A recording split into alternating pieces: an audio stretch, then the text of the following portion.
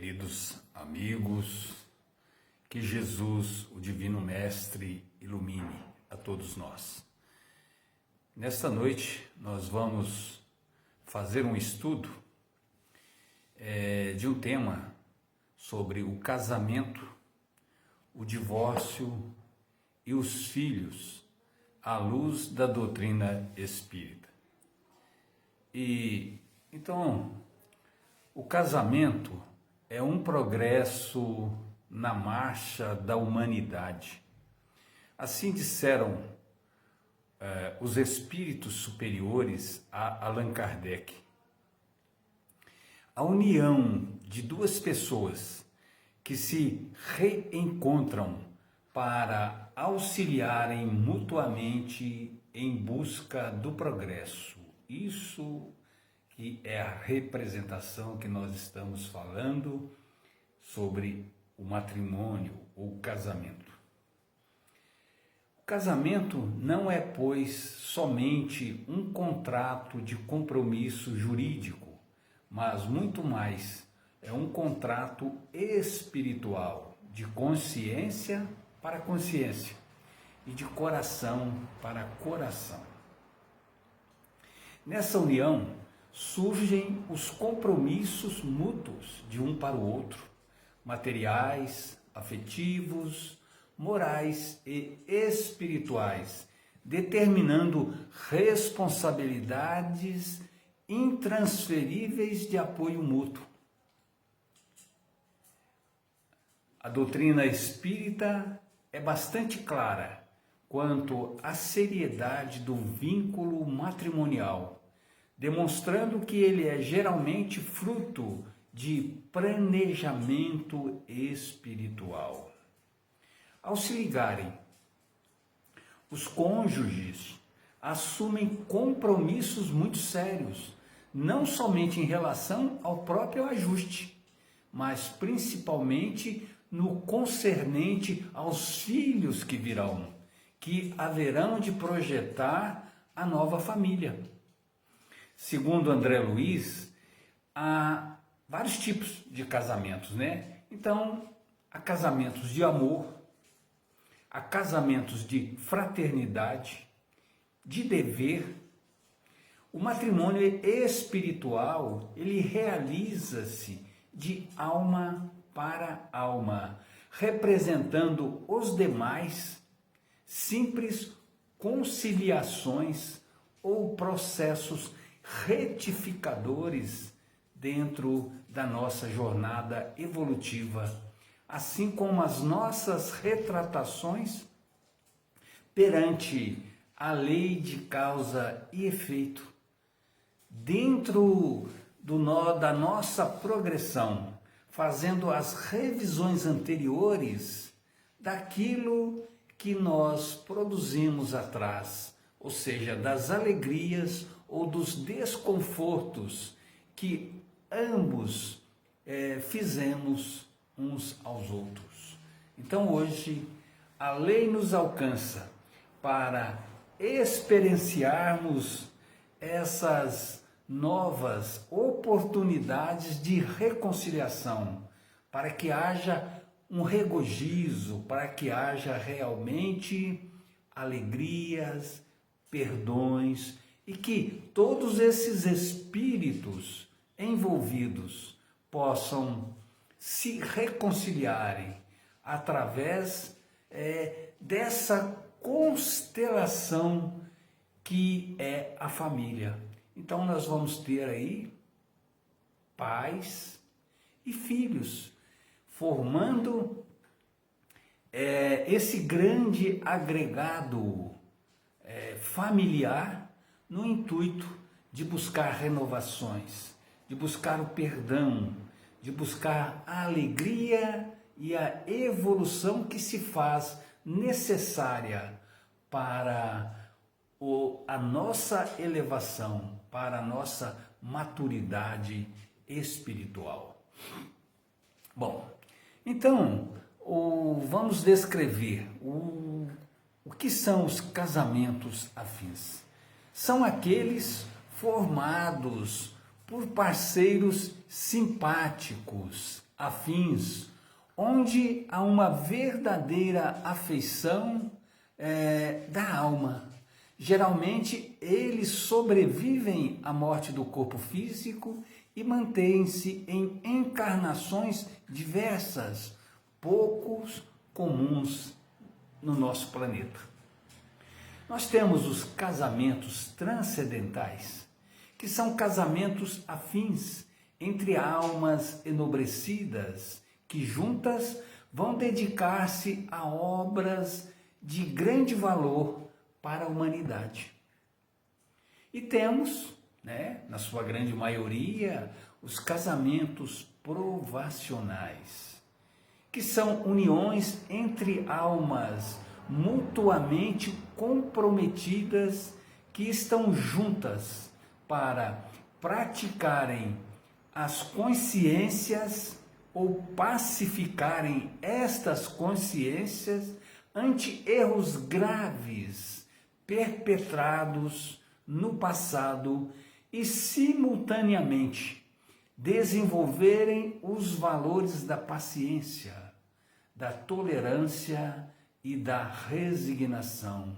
E estes são os mais comuns aqui no nosso plano de existência, no nosso planeta, que é um planeta de provas e expiações. Temos os casamentos sacrificiais, que são aqueles que se caracterizam por uma grande diferença evolutiva entre os cônjuges.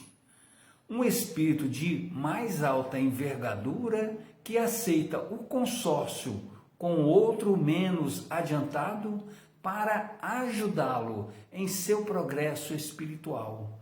Então, é uma maneira de que aquele espírito venha no socorro, de fazer com que aquele outro ser possa crescer mais rapidamente dentro desse ciclo evolutivo. E temos os casamentos acidentais, que são os casamentos que não foram programados no mundo espiritual. Obedecem apenas à afeição física, à atração, sem raízes na afetividade sincera. Não sabemos em qual categoria nos achamos, mas não existe o acaso. Ninguém se acha sob o mesmo teto por mera casualidade. Deus permite nas famílias encarnações de espíritos antipáticos ou estranhos, com o duplo fim de servir de prova a uns e de avanço a outros. E esses casamentos acidentais, eles se consorciam simplesmente através, digamos aí, dos interesses esses em se reunirem aí, digamos aí, as riquezas, né? Então os cônjuges aí têm interesses, mas interesses financeiros. Não são casamentos com uma finalidade outra, né? Que não seja ao do ameliamento aos bens materiais. Então, há famílias que se consorciam só no sentido de melhorarem aí, né, o potencial de suas riquezas, né? Essa coisa toda. E nós sabemos que estes casamentos, aí, esses matrimônios, estão fadados logicamente ao fracasso, porque logicamente que não é algo, né, normal, mas é algo como se fosse artificial e que tem que de alguma forma que atende apenas os anseios materiais do momento. O divórcio, né, é lei humana, que tem por objeto separar legalmente o que já de fato está separado. Então o divórcio, ele não é contrário à lei natural, pois só virá reformar o que os homens já fizeram. Isso nós encontramos lá no conteúdo de um livro dos Espíritos, né? E na união dos sexos, a par da lei divina, é imutável a lei moral, como todas as leis de Deus. O que não se dissolve, portanto, é o amor. Por isso quis Deus que os seres se unissem não só pelos laços da carne, mas pelos laços da alma, a fim de que a afeição mútua dos esposos se lhes transmitissem aos filhos, e que fossem dois e não um somente a amá-los, a cuidar deles e a fazê-los progredir. Compelidos muitas vezes às últimas fronteiras da resistência, é natural que o esposo ou a esposa, relegado a sofrimentos indébitos, se valha do divórcio por medida extrema contra o suicídio, o homicídio ou calamidades outras que lhes complicaria ainda mais o destino. Então, é preferível o divórcio quando no casamento, no matrimônio, as coisas não andam bem, quando há agressividade, quando já não há mais a amizade entre os cônjuges, quando não há mais essa empatia, e que isso pode ocasionar coisas piores, né? Então, os casais aí, um agredindo o outro, isso uma hora pode levar aí a consequências funestas, como nós estamos vendo na nossa atualidade tantos e tantos feminicídios, e que poderiam ser evitados, digamos assim, com a separação, porque quando temos alguém que é muito agressivo, quando realmente vai às vias de fatos e agride, e são, digamos assim, seres propensos à violência, então é melhor a separação para que evite a perda da vida, né? Para que evite um mal maior. Então assim deve ser feito. O divórcio, conquanto às vezes necessário, não é caminho salvador quando lutas se agravam. Ninguém colhe flores do plantio de pedras. Só o tempo consegue dissipar as sombras que amontoamos com o tempo. Só o perdão incondicional apaga as ofensas. Apenas o bem extingue o mal. Então, nós temos que ver, né, que a separação, ela não seria aconselhável, mas nesse caso, como nós estamos dizendo, né, nesse caso, quando não há outra possibilidade e que nós temos aí, digamos, possibilidades de um mal maior, é melhor que se, de alguma forma, venha o divórcio, né, do que chegarmos aí e termos consequências funestas.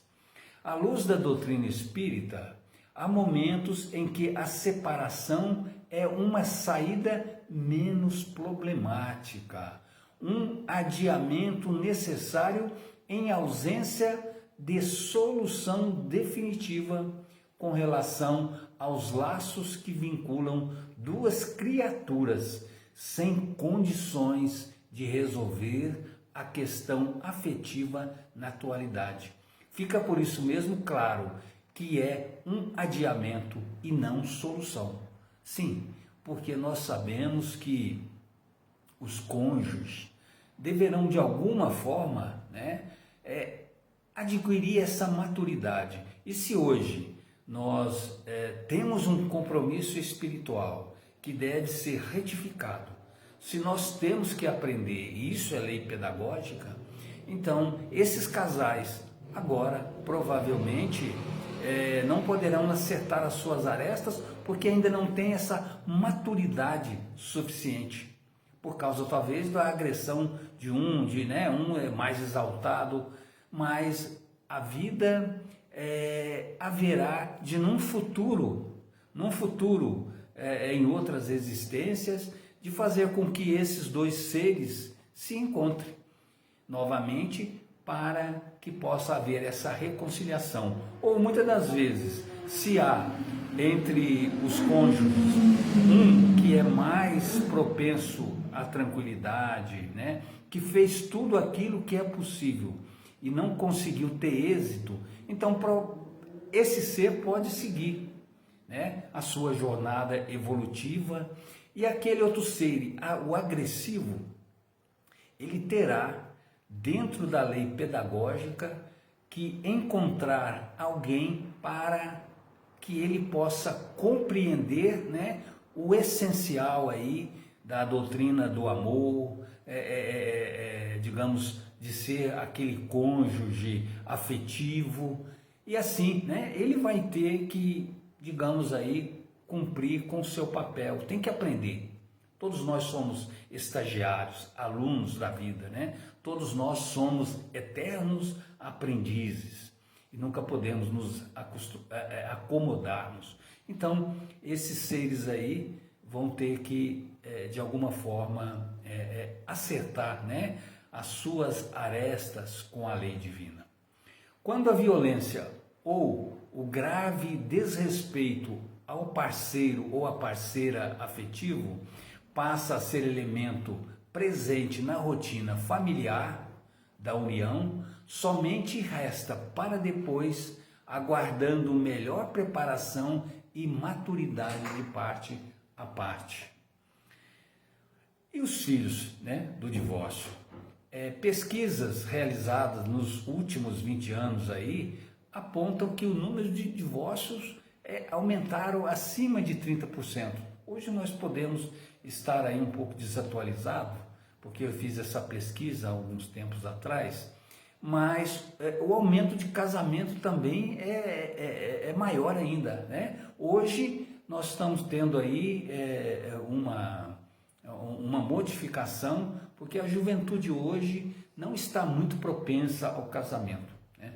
Mas estão tendo muito divórcio por causa da imaturidade e da irresponsabilidade. Mas mesmo assim, ainda temos um grande número de casamentos. O divórcio é o segundo evento que mais causa estresse na vida das pessoas, deixando-as frequentemente decepcionadas, frustradas, magoadas, tristes, inseguras, insatisfeitas, embora também possa deixá-las, em alguns casos, aliviadas, esperançosas e livres. Porque imagine bem, quando nós nos consorciamos com alguém através do matrimônio, nós temos projetos de vidas, e esse projeto de vida traz-nos assim um objetivo muito grande de sermos felizes, temos esperanças, então há uma grande motivação dentro de nós. E quando isso é frustrado, ambos, né, ficam decepcionados, desanimados, e causa depressões e tantas outras coisas que é muito difícil. Então, por isso, realmente, o divórcio, ele é como que um choque, né? É como que um balde de água fria no nosso ânimo, na nossa alegria, na busca nossa da felicidade. A separação do casal é, na maior parte dos casos, um processo complicado e doloroso. Os pais ou as mães, em demonstração de falta emocional e maturidade diante da situação vivenciada, passam a usar os filhos para ferir o outro. E isso é terrível, né? Porque quem sofre realmente são os filhos. É comum os pais acharem que o divórcio é um problema somente deles e não dos filhos. Lê do engano. Mas o divórcio não abala apenas os adultos. atinge também as crianças e os adolescentes, especialmente pelas mudanças que podem ocorrer em suas vidas e traz muita insegurança para todos. Então, os filhos geralmente apresentam vários sentimentos em relação ao fim do relacionamento dos pais, seja como choque, confusão, sentem culpa, né?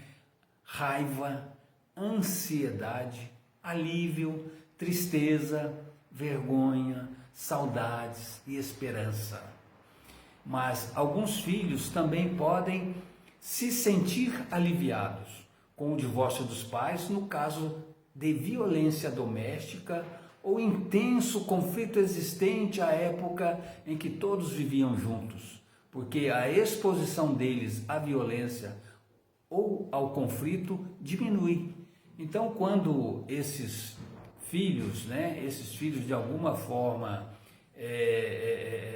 têm na família pais agressivos, que não têm equilíbrio, digamos, no lar, eles sentem até aliviados quando há essa separação, porque ambos temem que os pais, possam chegar, digamos aí, a uma agressividade maior e a fatos terríveis. Então sentem assim, de alguma forma, vão sentir saudade, vão sentir inseguros, mas aliviados em certos aspectos. Portanto, sendo inviável a separação, tratem os pais de demonstrarem maior solidariedade, cooperação e altruísmo, amando seus filhos de verdade. É a hora de ajudarem os filhos, que são os mais frágeis nesse turbilhão.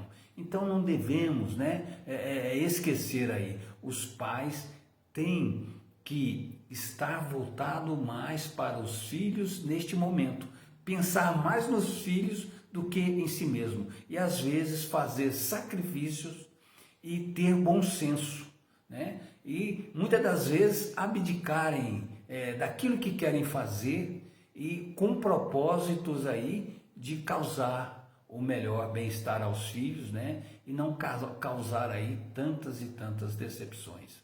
Compete aos genitores superar suas mágoas íntimas e o orgulho ferido, não interferindo e até mesmo estimulando o maior contato com aquele pai ou mãe que se afastou do convívio diário com os filhos. Então, aquele cônjuge que deve ter mais compreensão, vamos dizer assim, que um dos genitores afastou da família, geralmente isto os pais, o pai, porque as mães geralmente é muito difícil, assim uma pequena exceção quando nós vamos encontrar uma mãe que realmente não queira ficar com os filhos, que abandone. Então devem esses genitores estimular aí aos filhos a fazer com que eles incentivem os filhos a entrar em contato com esses pais, que telefone, que dê assim e peçam uma oportunidade de reaproximação para que haja, digamos, essa interação, essa amizade possa voltar. Isso é muito importante, porque tanto o filho como a filha precisa do amor, tanto do pai como da mãe, porque isso é essencial e isso vai fazer falta na vida deles, na vida de qualquer filho. E sabemos que o companheiro ou companheira são velhos conhecidos do passado, que retornaram para resolver pendências afetivas pretéritas, lá no passado distante, Igualmente, os filhos são almas ligadas aos dois e ambos assumiram o compromisso de fazer o melhor para fortalecer os laços que unem todos. Então, pais e filhos estão associados, a essa congregação familiar para ter o êxito, maior. Então, todos nós vimos a este plano de vida com este objetivo, o objetivo de sermos vitoriosos, de sermos pessoas melhores, de aprendermos a amar, né? A sermos mais afetivos. Então, tudo isso são os laços que o casamento pode trazer a todos nós. São frutos, né? Benéficos aí, muito bons do casamento. Filhos problemas. Bom, nós sabemos que muitos, né, trazem aí problemas sérios, né? Quem são os filhos problemas? São aqueles mesmos espíritos que prejudicamos, desfigurando-lhes o caráter e envenenando-lhe os sentimentos. Então, muitas das vezes, quando nós temos um filho ou uma filha problemática, né, que tem uma alta complexidade, que às vezes muita rebeldia, na maioria das vezes, sem exceção, é um ser que nós desvirtuamos em vidas passadas. É um ser que às vezes nós enganamos e deixamos ao relento, né, sem darmos o nosso apoio afetivo, o nosso apoio solidário, né? Então, quantos e quantos seres, quantos e quantos Dom Juans aí, né? Que fazem tantas coisas errôneas e depois abandona e não dá nenhuma assistência, né? São até indiferentes. Mas aquele ser, a vida lhe propiciará que lá na curva do caminho esse ser voltará. E ele realmente vai ter que reequilibrar aquilo que ele desequilibrou. Aquele ser, às vezes, saiu totalmente fora da sua rota, né? Da sua vida, porque às vezes pode ter cometido um suicídio em função daquela decepção, daquela dor. E então, quando você tiver um filho problema na sua vida, trate com muito carinho esse filho. Ele é uma oportunidade de reconciliação com o seu passado, de fazer esse refazimento, de você poder obter o perdão da sua própria consciência, porque são essas criaturas, nossos irmãos, que muito necessitam de nós e que sofrem muito devido ao nosso próprio egoísmo, da nossa imaturidade e da nossa indiferença no pretérito. Os laços que unem as almas são indissolúveis e somente se aprimoram no tempo. Uma vez ligados, só a elevação para o amor mais sublimado é que liberta as almas das necessidades do reencontro futuro. Então, aqueles, né, que já, digamos, aprenderam, né, pode ter as oportunidades de se reencontrar na frente. Mas aqueles que se reencontraram, que não deram certo, tem que se encontrar dentro ali, digamos ali, do matrimônio sacrificial, até que estejam reequilibrados para prosseguir a sua jornada, porque não existe essa coisa de cara metades, né? Não existe.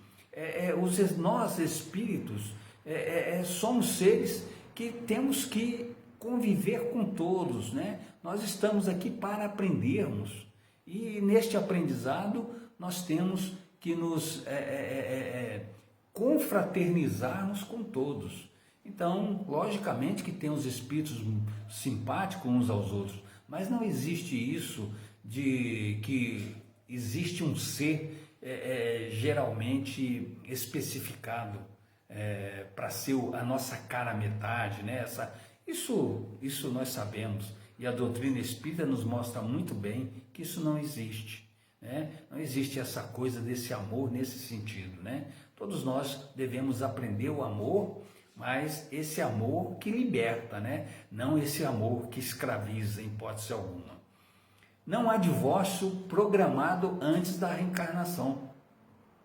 Eventuais mudanças de rumo e adiamento de compromissos são possíveis em função de nossa fragilidade, de nós ainda não estarmos preparados devido ao nosso egoísmo, à nossa imaturidade. Ninguém foi programado para vir separar aqui. Nós fomos programados para que tentássemos o melhor, que fizéssemos o nosso melhor e que nós esperávamos ou esperamos, né, ter todas as assertivas, de sermos vitoriosos, mas nem sempre isso é possível, porque em muitos de nós ainda a imaturidade predomina, o egoísmo fala mais alto e nós aí vamos aí, digamos, deixando as coisas mais para frente. E isso trazendo sofrimento, tanto para nós como para todo o núcleo familiar. Os espíritos recebidos como os filhos também trazem compromissos com os pais. Não estão na família por acaso. Portanto, os filhos são almas que não estão injustamente vivendo tal situação. Então, não é injusto, né? Porque tudo está correlacionado.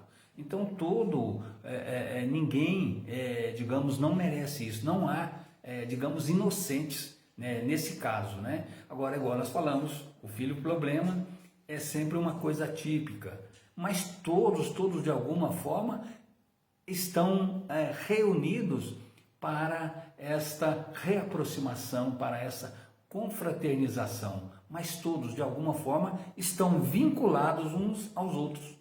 E todos nós, o que nós estamos passando juntos é da responsabilidade de todos. Então não existe aí, digamos, inocentes numa família, a não ser que ele quis vir para auxiliar, para ajudar, né? Mas na maioria das vezes o que nós temos aí na nossa atualidade, nós ainda que somos dentro do ciclo, dentro do nível evolutivo em que nos encontramos, somos ainda espíritos ainda devedores, estamos aí dentro do nível dos casamentos sacrificiais, né? Então, esses seres foram preparados em parte, os nossos filhos e todos, né, no mundo espiritual, para essa eventualidade, mas precisam de um bom trabalho educativo e afetivo para enfrentarem os obstáculos mais difíceis da trilha encarnatória. Então, a lei divina propicia a cada um de nós a oportunidade da reconciliação e vão ser todos preparados para que aqui nós possamos acolherem